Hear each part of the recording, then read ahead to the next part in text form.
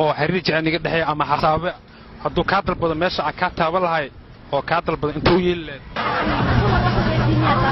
waa su'aal easy oo lagu soo ogaaday oo la sameeyay daraasado badan way waadagtaa taas aniga dumar ah inaad meesha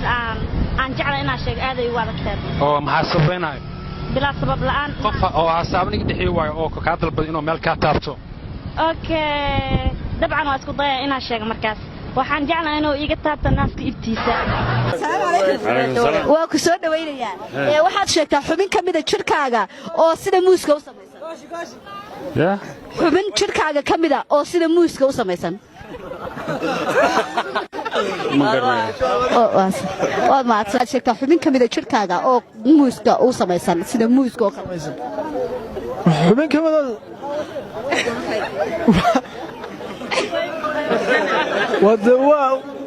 waxaynayaha iyagun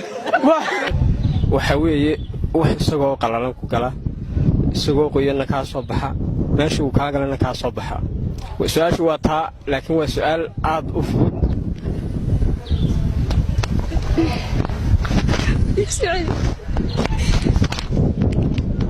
waxa weeye wax isagoo qalalan ku gala isagoo qoyanna kaa soo baxa meesha uu kaa galana kaa soo baxa waa su'aal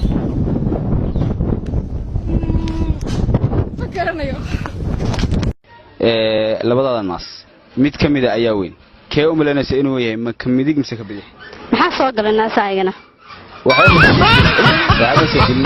adigu markaad fiirisid waa cilmi baaris la sameeyey in labadaa mid ka mid oo weyn yahay adigu kee u malaynaysa ma ka bidix mise ka midig bal haddaan su'aasha kaaga jawaabo